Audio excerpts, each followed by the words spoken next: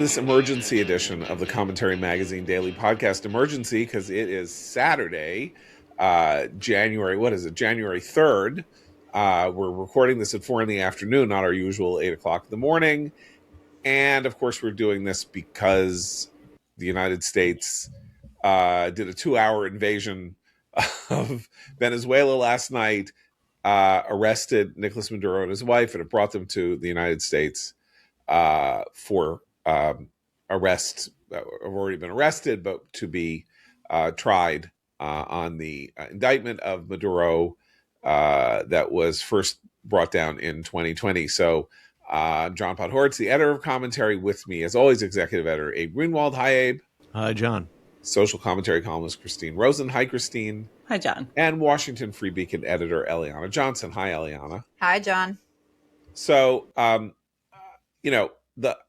did not have us invading Venezuela on my, bingo card ever, including the fact that we have been seeking to do something about the illegitimate regimes of Hugo Chavez and Maduro pretty much since 2012, but that we would actually take military action that involved boots on the ground in the capital of Caracas, beyond my imagining. So here we are. It's happened. And we have, I think, three things to discuss, one of which is the military and strategic message that was delivered by this action. The second is the political fallout or benefit that will be gathered by Donald Trump, his team, the Republicans, or by the Democrats. And third, a sense of the strategic picture of the globe in the wake of this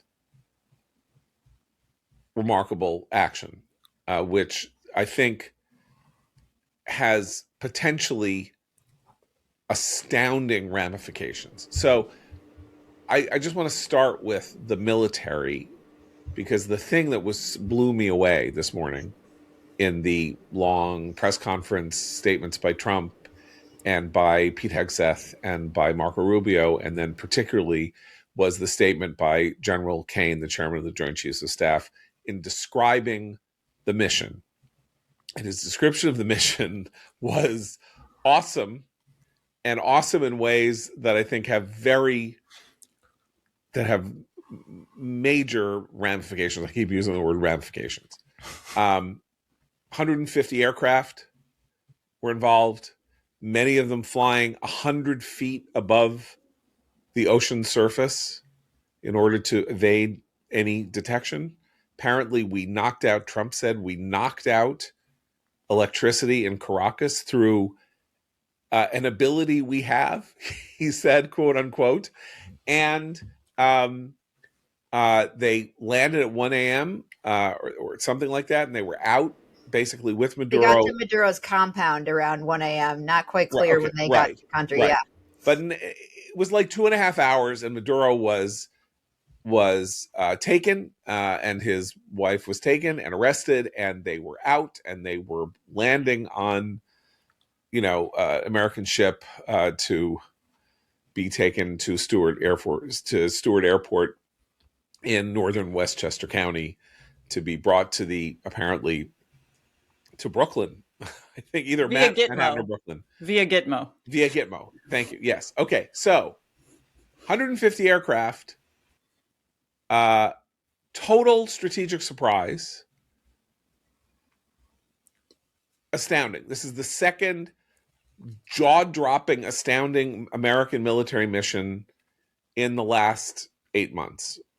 Or even shorter. I can't even remember when the Iran strike was now. Maybe 6 months. Also, total strategic surprise, complete wild success of the mission itself as defined precisely for the day of the mission.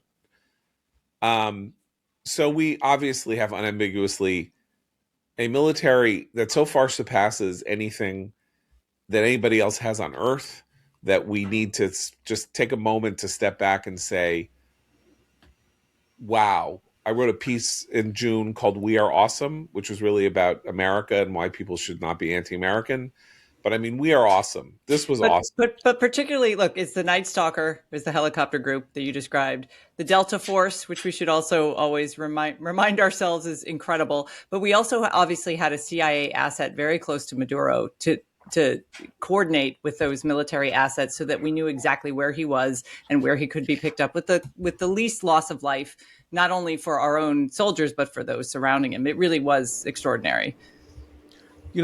But I should say, this reminded me that U.S. military was awesome long before this.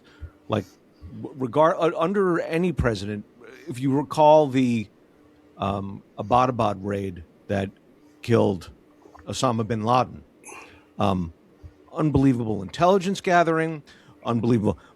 Modeled doing it on a fake structure for months in advance, went in, knew the layout of the place, in, out, got him, dumped him at sea, no American casualties. And again, by the way, no American casualties in this.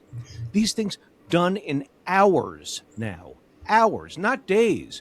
When the U.S. invaded Panama to get Noriega, that took days.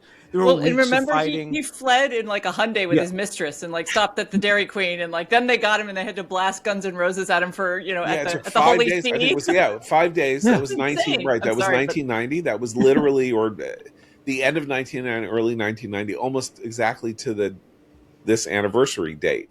Right. Dave, I think your point is important because this wasn't just a military feat. It was like a dazzling partnership of our intelligence capabilities and our military capabilities.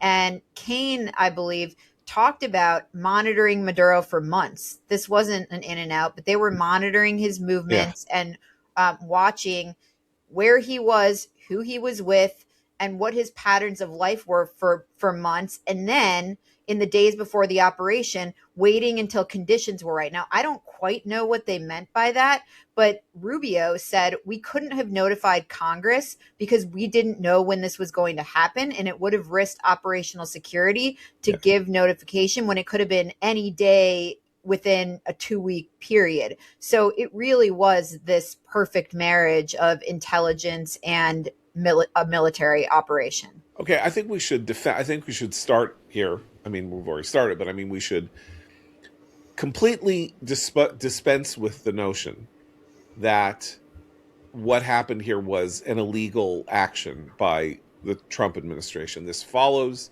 a pattern that presidents have used for more than 40 years, dating back to the Grenada invasion in 1983, to Panama in 1989, to Bosnia in 1998, to the Abbottabad raid, to presidents who need to the Libya action where we led from behind, presidents who need to act and need to do so with operational security, act without prior notification of Congress. Now, if Congress were a different organization, and we are all very upset that Congress does not take a larger role in insisting on its prerogatives as as really the prime mover in American political life.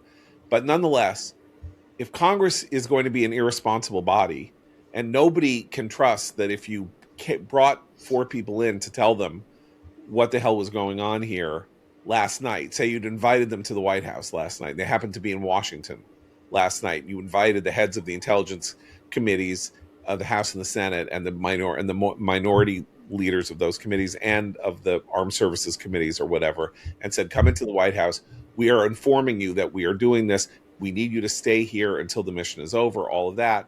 A, they weren't there. B, they cannot be trusted now that everybody has a phone and everybody has you cannot trust that somebody is not going to leak. And Trump said that literally. He said, Congress leaks. And you got to say that in total contravention of what the first Trump administration was like, this administration does not leak. the Trump administration, the first year in 2017, it was Well, like, I mean, the Hegseth situation notwithstanding.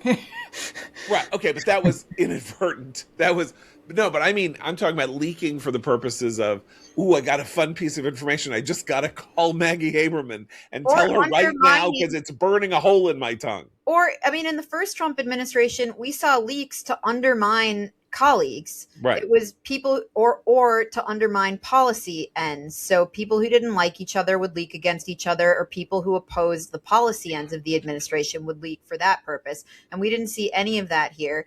And this is where I think Rubio's role is important, because he's a former senator and he understands what the concerns of his colleagues, not just Democratic colleagues, but we did see Republicans speak out and express concern. In particular, Mike Lee, the senator from Utah, said we should have been notified. And then he got back on and said, I've just spoken with Marco Rubio and everything that happened is okay. But I think Rubio is sensitive to those concerns and was able to obviously speak to them directly, to his former colleagues. You know, he has a good relationship with Republicans and Democrats on the Hill. He was confirmed by wide margins, et cetera.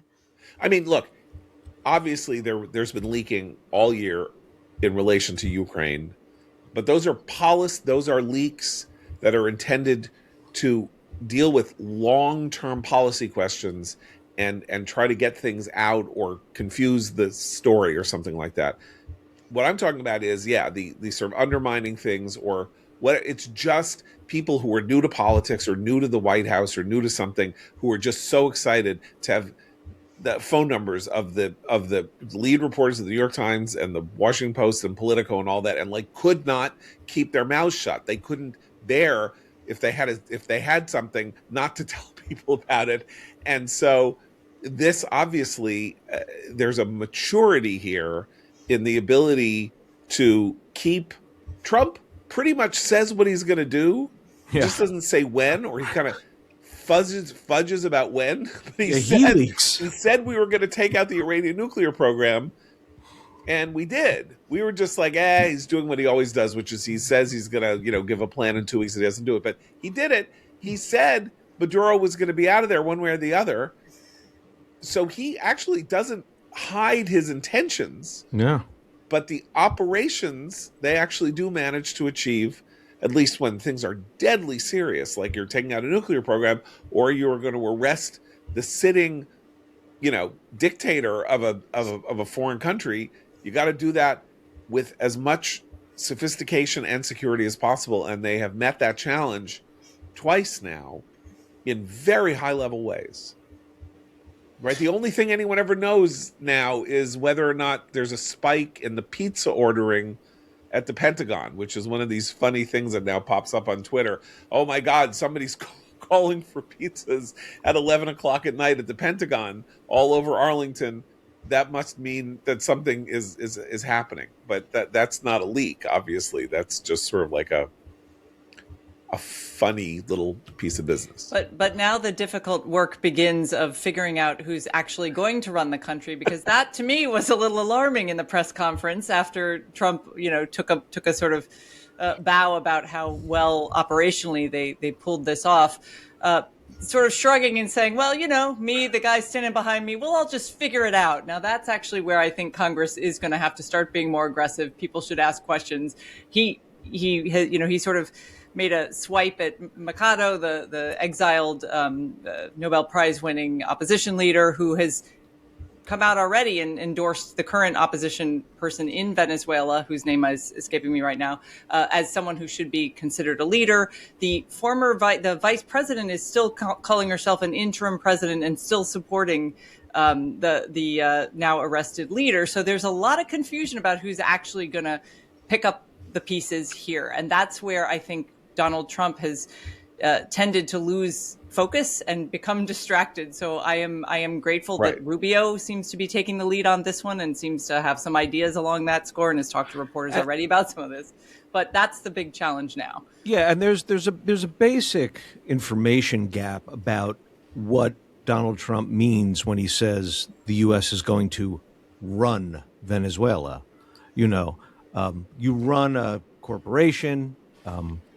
And he, no doubt, has commercial ambitions American, related commercial ambitions having to do with energy extraction involved in this. But we have no idea what run Venezuela, the Americans are going to run Venezuela for now. Boots on the ground. He said he's not afraid of boots on the ground. But what does that mean? How are courts going to run, or given that this is still a decapitated Maduro regime, what's the U.S. relationship with the Maduro underlings who are now in charge? It's so many questions. Yeah. Yeah, I think it leaves.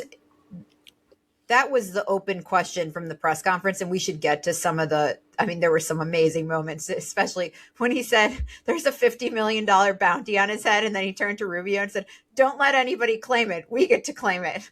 Like nobody gets to claim the $50 million bounty." But the open question from the press conference was, what exactly did he mean by "we're going to run Venezuela"? But I do think. Okay, we'll have a lot of time to discuss that in the coming days. And yeah, so I think that's an important point, which is we're speaking, hours after the thing happened. Things are very confused. The vice president, who is now the president, says that she demanded the return of Maduro, who was, illegitimately kidnapped, after Trump said that Rubio had talked to her and that she had said, "I'll do whatever you need." So we don't know what the hell is going on, and that'll clarify itself. Some of that'll clarify itself in the next 24 to 48 hours. Yeah, I mean, the big question seemed to me is, are they going to be okay with Maduro's underlings remaining in place, or are they going to try to more thoroughly clean this out? And Trump did, in the press conference, seem to me to understand exactly the problem, where he said something to the effect of, we don't want to be involved with having somebody else get in and having the exact same situation. If it's just his number two, that's not much of a change, is what he said. And yet he didn't say, so this is our plan, like we're not going to allow that. But he suggested he understands the problem without having an explicit plan to combat it. So I think he does get that. But I also think it's worth talking about, like, I recall I was remembering our conversation about the national security strategy and my own comment that, like, these things don't really usually matter that much. They're just words on paper. And I went back to read it today and thought, like, geez, I was so wrong, because the national security strategy that came down in November 2025 has explicitly a mention of a Trump corollary that reads, "The United States will reject outside powers' efforts to displace the United States in the Western Hemisphere and defend regional sovereignty against foreign interference." And it explicitly mentioned, we seek the cooperation of other powers in this hemisphere to combat narco traffickers and so on.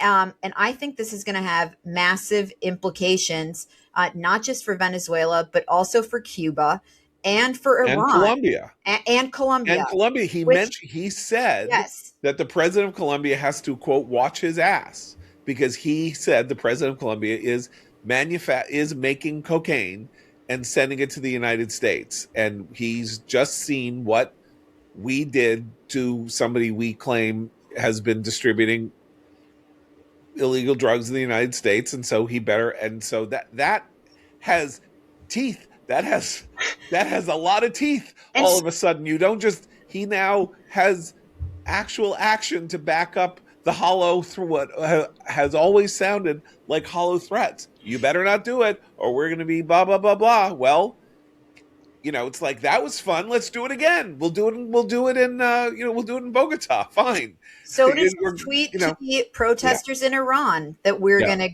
do everything we can to support them. Well, and by the way, it does appear that American military forces engaged in some kind of a firefight with Maduro's Cuban security. So there's already been some engagement with Cuba here as well. Right. Okay. I think trying to figure out where we're going with this is very big, but the larger thing that is of importance to us institutionally is that MAGA is dead. MAGA foreign policy is dead. It's officially dead.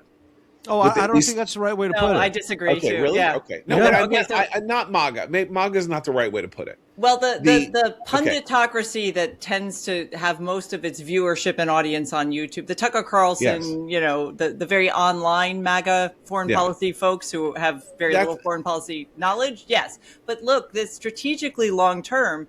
I went back and looked at that security strategy too, Eliana. Great minds today. And what worried me a little bit more long term, again, Donald Trump, not a long term thinker, is that everyone's going to, I think, in the immediate aftermath of this, say the short-term message to Iran, to Russia, to China was, look, we say what we are going to do, and then we do it. And there was a Chinese delegation in Venezuela just a few days earlier talking to Maduro. So that was obviously also important.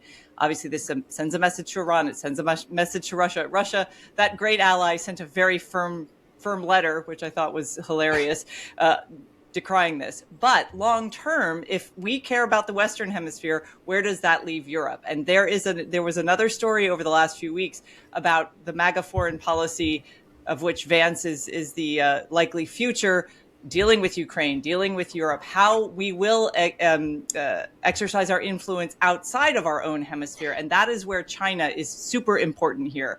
And I'm not sure that this is a strong enough message to send to China if the long-term effect is we play in our backyard and you play in yours, and that's how the world should work. Because okay, that isn't how our world works. okay. I got to disagree with you on this, because the first thing that he did in major foreign policy terms was take out the Iranian nuclear program. This is the second thing. So he's actually acted way, way far away from our shores and not in our hemisphere. The Trump corollary to the Monroe Doctrine, which is clearly very important to him, and I think means He that called we it should. the Don Roe The Doctrine. Don Roe Terrible. Doctrine Terrible. Let's not use that. means that Greenland is back on the agenda. Everybody thought the whole Greenland thing was hilarious. It's not hilarious. If I were Denmark, I would start figuring out how to price Greenland and sell it, because he's going to take it. I don't see why not. He wants it, and he's going to take it based on that doctrine. But put that to one side.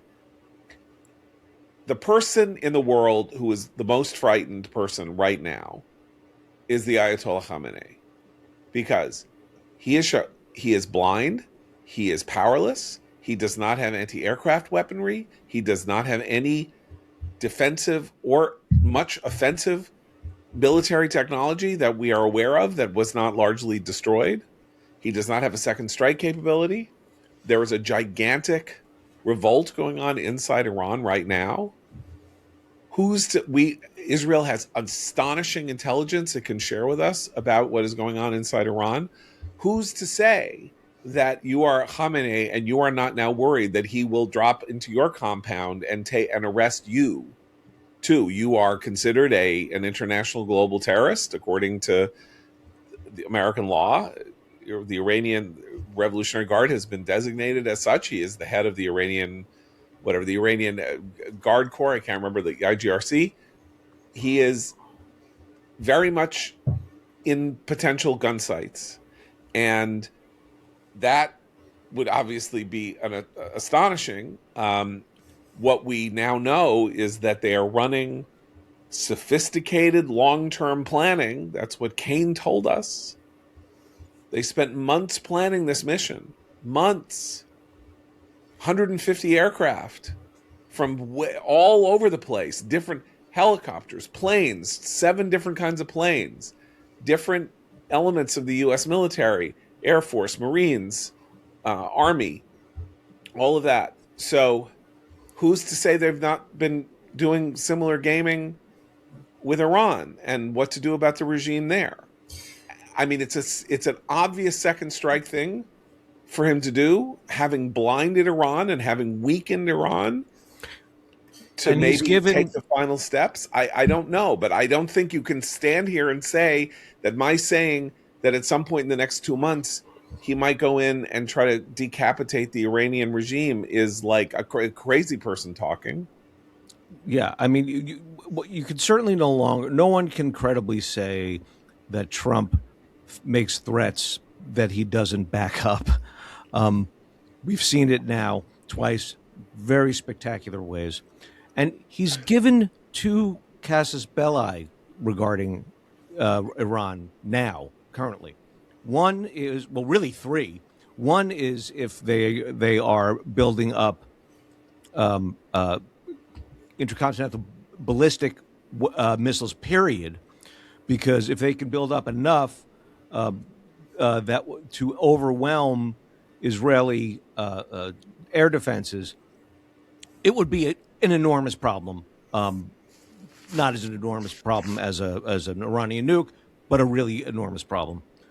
Two, if they are working on reconstituting their nuclear program elsewhere. And three, and this is a more surprising one, he said if the Iranian Basij and other internal repression forces fire on the Iranian protesters, as they're likely to do, he said something like that in his Truth Social post, the U.S. is going to be there to defend them, to stop that. That's pretty extraordinary.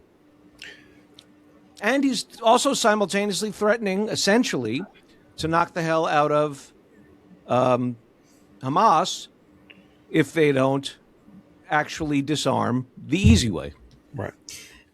One thing I thought was really revealing from the press conference was that Trump put this strike or the seizure of Maduro, however you want to characterize it, the operation, in line. He's with three other operations that he has overseen. And I think it gives a window into how he views military operations and how he views foreign policy. He compared this operation to the assassination of Soleimani, the assassination of al-Baghdadi, and the strikes on Iran, Operation Midnight Hammer. And those were essentially all things where he came and announced them. They were amazing feats that came and they were announced to the American public after they were done. But they're not limited to the Western Hemisphere. They're not, Trump. They're not geographically limited. And they do show, John, as you said, that he's willing to go around the world doing these sorts of things. And the other thing is, with regard to the Trump corollary, I mean, this is related to Venezuela, is related to Iran. It was serving as a foothold for Russia, China, Iran, Hezbollah, which is Iran, in the Western Hemisphere. So I do think that they are directly related. And if you go read the indictment of Maduro, that indictment from 2020 makes very clear that the narco trafficking wasn't just an enrichment scheme for Maduro, but at least the government argued, and Bill Barr, who was overseeing the DOJ at the time, made a compelling argument that the narco trafficking was a bid to wage war on the United States and to flood the country with drugs and kill its citizens. And that was the explicit strategy of this cartel de los Solis. Okay. Also, very important was the effort that Trump made to connect what happened here with domestic crime and law enforcement. So, which is striking because, of course, the justification, the reason that we would be doing this illegal narco trafficking is that drugs are flooding the United States and killing Americans. And he then said, look what we've done in D.C. We went into D.C. There is no crime in D.C. anymore. That may or may not be true. No more. There have been almost no murders. This is what he cited. He talked about L.A. He talked about various things that he has done to say there are reasons that every American domestically should think that the Venezuela mission is a direct effort to help the United States deal with the flood of drugs coming from outside our borders. Generally speaking, the intelligentsia, and I think properly, rightly, says, the problem with drugs is that people want to use them. And so we have a problem inside. It's not an outside problem. We've been spending 50 years on a war on drugs trying to, destroy poppy fields in Afghanistan and to raise the cost of this and do this and do that. But the problem is the American hunger, the limitless American hunger for illegal narcotics. And he's saying, I want to stop the flow and raise the price and make people who are doing this stop doing it. So I'm going to try that. That has not been a centerpiece of our war on drugs for more than 30 years, and we'll see what happens with it. But it is an effort to bring the American people into the raid on Venezuela and say, I'm doing this for you. Right? It could have said about Iran. It was not entirely, I mean, it's of course true that we don't want nuclear proliferation. Iran's a bad actor. It hurts a lot of people and does terrorism, and it's terrible, and it deserved to have its nuclear program eliminated. But connecting that to the ordinary day-to-day life of somebody in Oklahoma is not really quite there. This, he is trying to say, is about you. I'm doing this the same way I'm trying to deal with crime on the streets in cities that have gone crazy with crime and with bad mayors. I think he's alluding to the oil in the same way. In the same way, like one of his long-standing criticisms of the war in Iraq was that we didn't take enough from the country. Oil. Yeah, we didn't take the oil. Right. Yeah. To his thinking, the U.S. should directly benefit, should take the spoils, of a victorious operation. But there's a very real point here, which is that Venezuela really is a playground for all sorts of larger, serious enemies of the United States, and that allows them to get in proximity to being able to cross the border, which I'm sure many of them have. When you talk about Hezbollah is in such trouble since the Israeli dismantling of its leadership and its headquarters and its beeper strikes, and it needs money. It needs but there's been an influx. And Maduro has welcomed Hezbollah fighters with open arms. Come to Venezuela. We'll furnish you with a new passport. What you're going to do here is help with the narcotics trade or launder money for it. That's your new job, and it puts you in proximity to the U.S. And this is an important point, and it's not just a sort of like right-wing think tank hawkish talking point, which is Politico did a huge expose on this in 2017. So did CNN. Something that people have been talking about for this passport, this thing of importing people from Iran into Venezuela, giving them passports and sending them north to cross the border when the border is open. And this predates Maduro. It goes back to Chavez, Hugo Chavez, the original communist dictator who died in 2013, or I can't quite remember when he died, and Maduro took over from him. But Chavez was the guy who kicked this off, also introducing an element of extreme anti-Semitism into what was a reasonably philo-Semitic country in the north of South America, with weird, weird valences of that sort of left-wing anti-Semitism axis, with Russia on the one hand and Iran on the other, even though he was a communist and not a Muslim, but that this was a long-standing plan to help destabilize the United States in some way or other as an ideological matter. He was allied with Cuba. Chavez was a disciple of Castro's, and this has been a 20-year goal, or sort of effort on the part of the Venezuelan regime. What remains striking about this is, for 60 years or 70 years, the United States has warned and threatened regimes all the time and says, stop doing this and stop doing that. And the implicit threat is always, we can do things to you. We really can. And for a while, that was the threat of assassination. And then we kind of dropped assassinations as a tactic. I don't know when, 50 years ago, we stopped thinking that was really a viable way to try to change policy. So we yelled a lot, we screamed a lot, and then a couple of 3 or 4 times, we actually did go in and decapitate regimes, right? We did it in Panama, we did it in Grenada, we did it in Iraq in 2003, we did it in Afghanistan in 2001, with mixed results. Trump is saying basically, everything is on the table, and the threats are bad. Like, I'm going to say things like, "Don't do this," and "Don't laugh."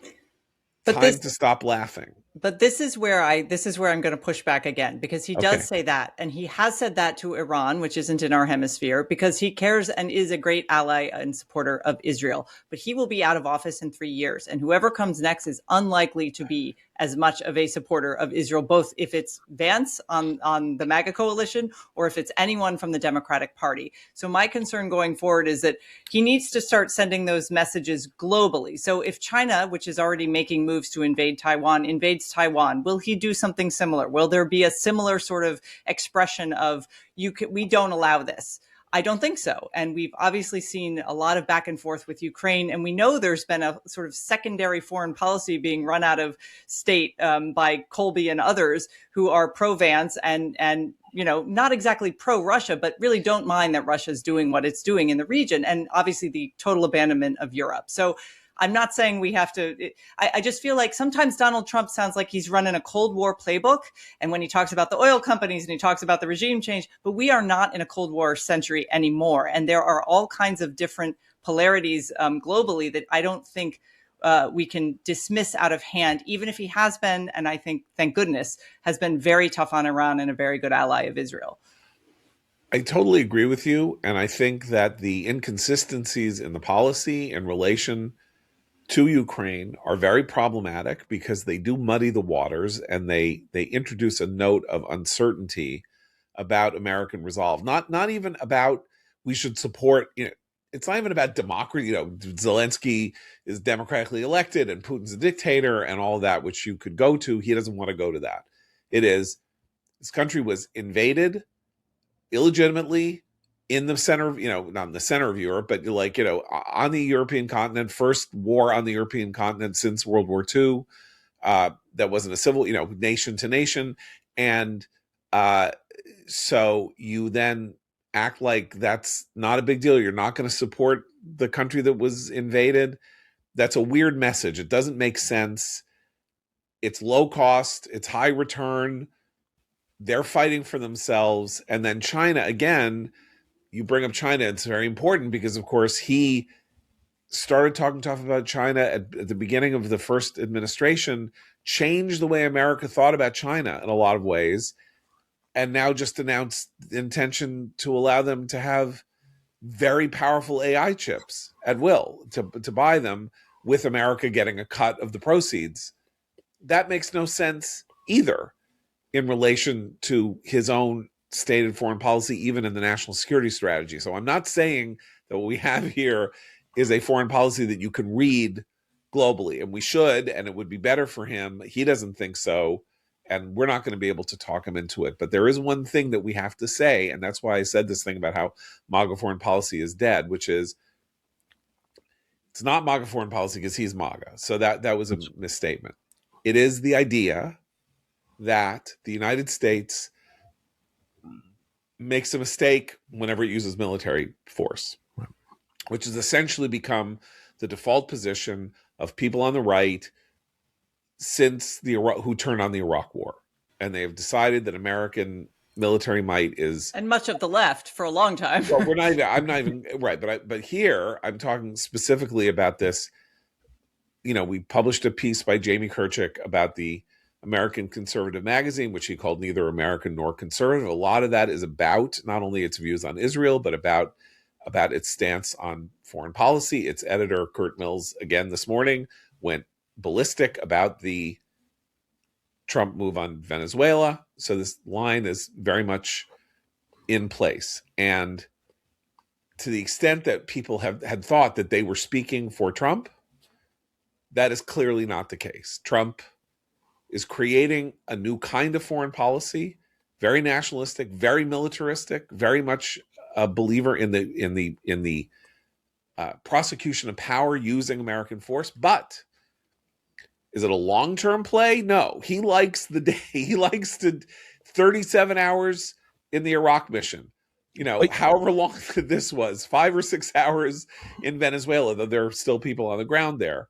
but you And that know, so the Taiwan thing is, of course, a horse of a whole different color, because that's having to confront a major power and a rich country with a very, very aggressive military. And which is however, making incursions into the Arctic right right, now, by the way, which starts to come a right, little closer into yes. our. Yeah. But one last thing. I'm sorry, Gabe. Go ahead. I just want to say one thing to look for here when it comes to the American conservative crowd and the all military action is a mistake thing.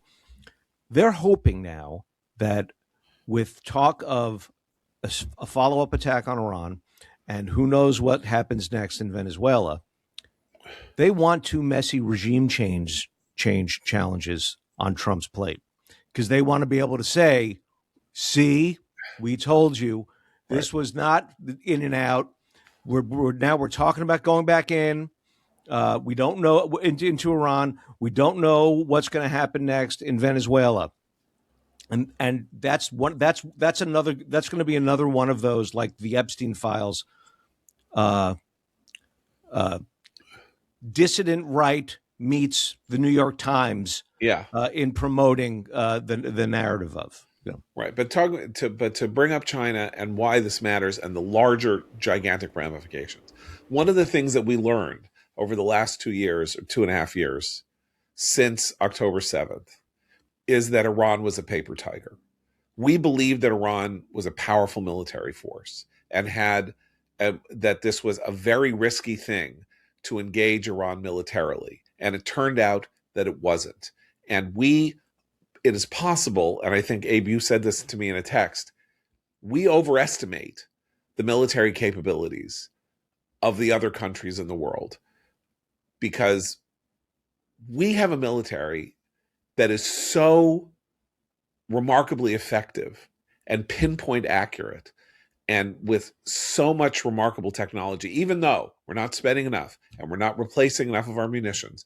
And there's all kinds of problems with. It takes us far too long to do the replacements that we need for the technology. All of that is the true. So readiness is a problem and all of that. But technologically and in planning terms and in understanding how to use weaponry, every indication that we have is that our military is a generation ahead, just like Israel's. Maybe we don't know anything about China's capability. But China hasn't tested its military. It hasn't, and that's a problem. That's the point. Yeah, but that's a problem, you see, because they haven't tested their military, and we chronically overestimated the power of the Soviet Union.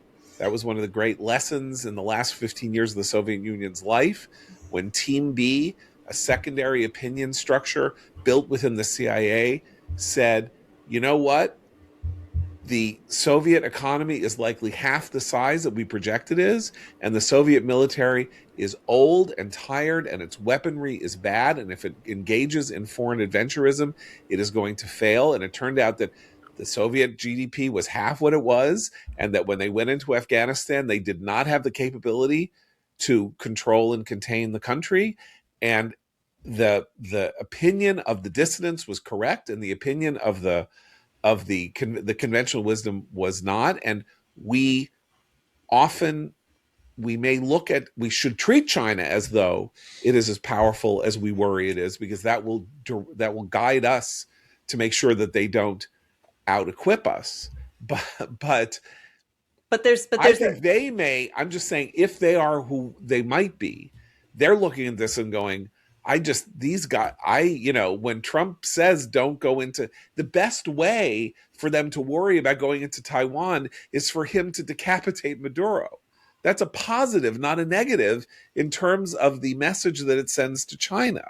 See, I disagree. I don't think he sent a strong enough signal in this second term to China about his willingness to behave in that way, in the same way that he did consistently with Maduro. And the third thing here, though, that's different, is the ability, the internal sense of will and purpose. The reason some of that stuff worked in the Cold War isn't just that we were outspending them and, Reagan's rhetoric about how we would continue to do that. We were going to win the space. We were going to win everything.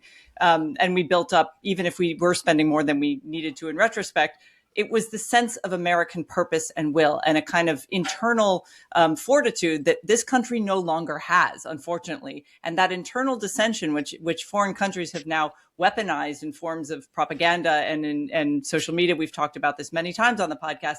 That's the other thing that I think has to be taken into consideration when we talk about. That's why I worry about Trump's long-term messaging. I think that matters now almost as much, if not more, than it did during the Cold War for that reason. Okay, I think it's a very important point, because the incoherence is what people bring up in criticizing all this. Right. They say, well, if this is about attacking narco-terrorist rings that are flooding the U.S. with drugs, why did Trump just pardon a cocaine kingpin, Latin American leader, a few weeks ago? And you could also, if Trump were so inclined, but he's not, you could make the case. I mean, when you talk about we're taking kinetic action in Iran and in Venezuela, these countries are part of the axis that includes Russia and China. So you could make a larger, I think very convincing, but who knows, case that we're doing this to stave off this axis that's getting a little too confident about what it can do, both in our hemisphere and to our allies. I was also struck, one thing I wanted to ask you guys about is he essentially endorsed the Colin Powell rule on Iraq in saying that we were going to take over Venezuela. He was like, we're not going to leave it just sitting there.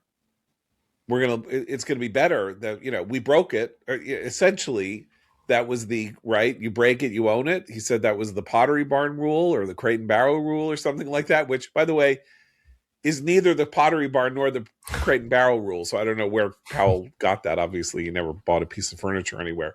But that idea was very much present in how he was describing how he wasn't just going in, taking Maduro, and then leaving, which is what you might expect him to say. It's essentially what he said when he did the Soleimani raid, or when he struck after the first strike in 2017 on Syria. Like, that's what you expect. He's like, I did this thing and I'm leaving. I went in, I'm out, I'm done, we're done. He didn't say that this time. He's like, we want to make this better because we need good neighbors. He's actually went back. Yes, I was gonna point that out. So that was really interesting, and I think does relate to what was in the national security strategy. And Trump was actually, he was reading prepared remarks, but I don't think we quite know how serious he is about this, like, you break it, you buy it thing. And we'll see in the next few weeks, like, how serious, how deeply involved is the U.S. going to be. But he was asked in the press conference, how is it MAGA to invade Venezuela? Or why is it MAGA to invade Venezuela? And he pushed back hard. And it was with precisely what you said. He said, well, it's MAGA to want to surround ourselves with good neighbors, to want to have stability in our hemisphere, and to want to have energy in our hemisphere. That's MAGA. So that's an interesting redefinition of MAGA. Yeah. Because MAGA was... And he could have said, and we don't want Russia, Iran, and China in the hemisphere. He actually didn't say that. But he Rubio said... did. Rubio did. And Rubio's not Trump, so it doesn't matters way less. But Rubio, in his really quite wonderfully fluid, off-the-cuff remarks, said, look, we gave Maduro lots of ways to get out. We offered him very generous deals to get out. He wouldn't go. He wanted to play big boy. And, Trump says what he means and he means what he says. And he was giving out passports to terrorists so they could come into the United States and wreak havoc. And we're not going to have that. And no one else did anything about it. And Trump did. So he did explicitly bring Iran in. Rubio did. Trump didn't, and maybe Trump. Except in that he put it in the line of the Soleimani and al-Baghdadi and Right. strikes on Iran, and he said this is in keeping with that. And the other thing I would note is, sorry, I forgot what I was going to say, but Okay. it was related to what you were saying. Okay, So I'm sure that happens. Look, it's late. We usually do this in the morning, so we're oh, we're fresh. John, no, this is what I was going to say is that you said that when he talked about the Soleimani raid or the al-Baghdadi raid, it was in and out. Well, they weren't the head of, they weren't saying they ran the country. Yeah. Maduro was the illicit leader of this regime, and so I think it does stand to reason that it is more incumbent on us. Like he really would open himself to criticism, and he talked about precisely what the criticism would be if he yanked Maduro out of the country, put him on trial in the United States, and his vice president took over. And that actually would not solve the problems that he has articulated, which are the flood of migrants into the country, the flood of drugs into the country, and the problem of Russia, Iran, and China, taking hold in Venezuela. And so I think he's acutely aware of those problems. And that it's not that you break it, you buy it, you rule. It's are we going to solve the problem we went in there to solve? Rule. Look, Abe, you were very rattled. You were very rattled listening to the press conference at him saying that Machado, she's a very nice lady, but I don't know how much support she has in the country. That is the opposition figure who fled the country and won the Nobel Prize this year. And why wouldn't he follow her lead or let her be the sort of the figurehead of the post Maduro Venezuela? And or at least I will leave say it this, open. At least yeah, say, right, it's too early now. right. She's Right. great. She is, in fact, very popular there. He said she's not popular there. Yeah. She is popular there. Right. Let's see. We got a lot. There's a lot of contingencies to deal with, Right. Well, I mean, so Elliot Abrams was my brother-in-law was on the Free Press's live stream. Elliot said that the failure to back Machado, or if he doesn't sort of move toward Machado, will open him up to the idea that he really isn't interested in democracy whatsoever. That she represents a democratic future for Venezuela. Like this is a free elections. Her view is the elections were stolen. The people's will was not followed. That Maduro, Maduro and Chavez, but Maduro in particular, has now, without question, stolen 2 or 3 elections in a row. Let the people decide, and that his unwillingness or his resistance to her may be a sign that he really doesn't care about democracy, even though he says people need to be treated better. Well, and if he cuts a deal with this interim vice president, who's like a weird Venezuelan doppelganger of Kamala Harris's biography, because she's the daughter of a Marxist sort of revolutionary, and her brother is involved in the Maduro regime. She's obviously her pretty brother, embedded. I think, is the head of the General Assembly or something. She's pretty embedded. But if he cuts a deal, if he accepts that she claims she'll work, do some of what they say and cuts deals with the oil companies, that will make this look more like a developer's deal with the oil companies and not like a real effort to oust a dictator. I think that is what he would prefer. I think both as a practical matter and for the optics, because after going around the world saying we're not going to tell you what kind of government you should have, he doesn't want to be the democracy promotion guy. Although, as I say, I don't think Machado is that big a pull on that, because she says let's have free elections. Right. So I guess if you have free elections and then the communists win legitimately, you don't deny the your homegrown communist, by the way, has already scolded Trump for his Venezuela raid. Yes, he has. It's very wonderful that in his 3rd day as mayor, Zoran Mamdani has already put his stamp on the world's foreign policy, because of course Maduro is going to be held here in New York City, and I guess he'll bring him a cake, with a file in it, just to see if he can get out. Okay, so the last question is the political question. We're going into an election year. Is stuff like this going to matter electorally? And I think the truth is that it will. I think it can only help Republicans. I mean, obviously, if it's a disaster, it won't help Republicans. Let's assume it's not a disaster.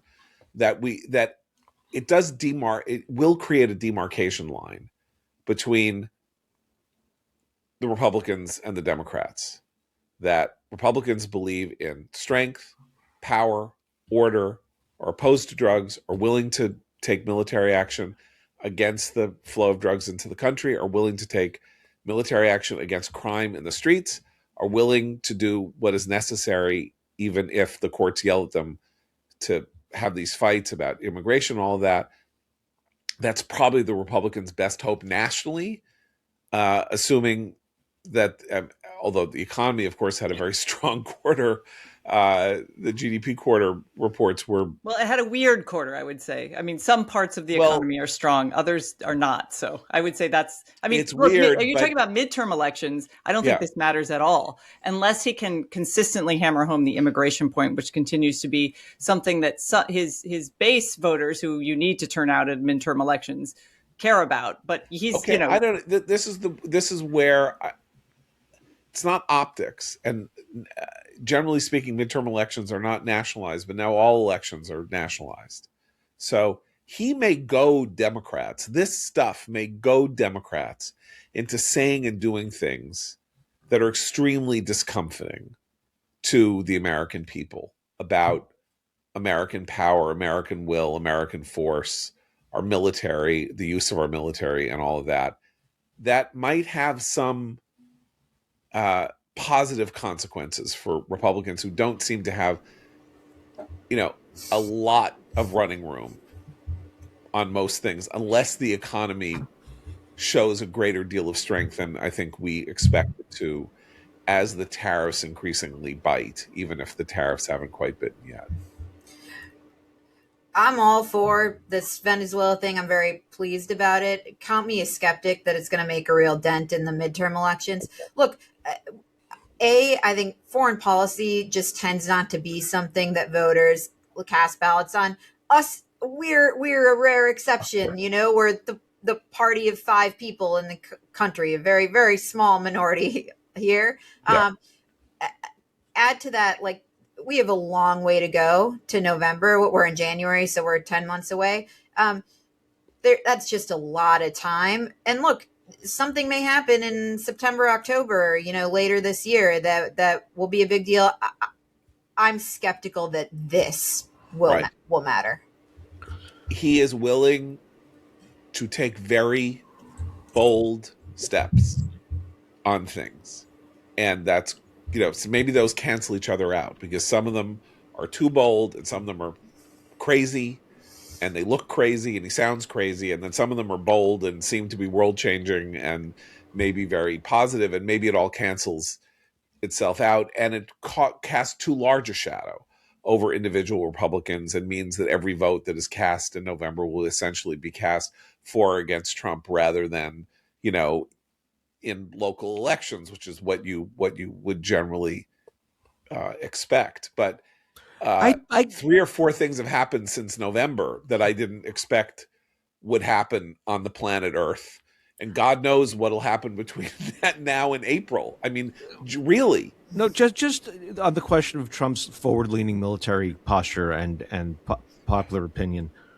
If the story remains Donald Trump orders successful operations against bad guys and no Americans are killed in them, and some of these operations even lead to greater energy security for the U.S. or an influx of trade deals for the U.S. If that's where the story stays, I think it's more than a blip. It won't hurt him. Yeah, right. Yeah, it won't hurt him. The question is whether it will help anybody else. And obviously, the safe bet is to say this won't count. And so I'm probably online with Eliana and Christine, but I do think these things are it's very big like this. But things change because of things like this. World positions, including, this is why I said, Christine thinks we're not sending a big enough message to China. We don't know what message what China hears and what China doesn't hear. we think we do, but we don't.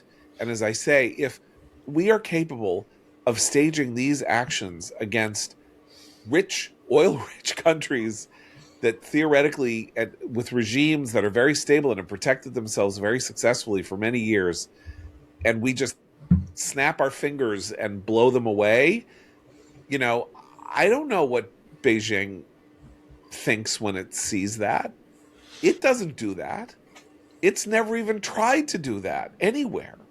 And I think the leap here is the boots on the ground. That was the third rail. Yeah.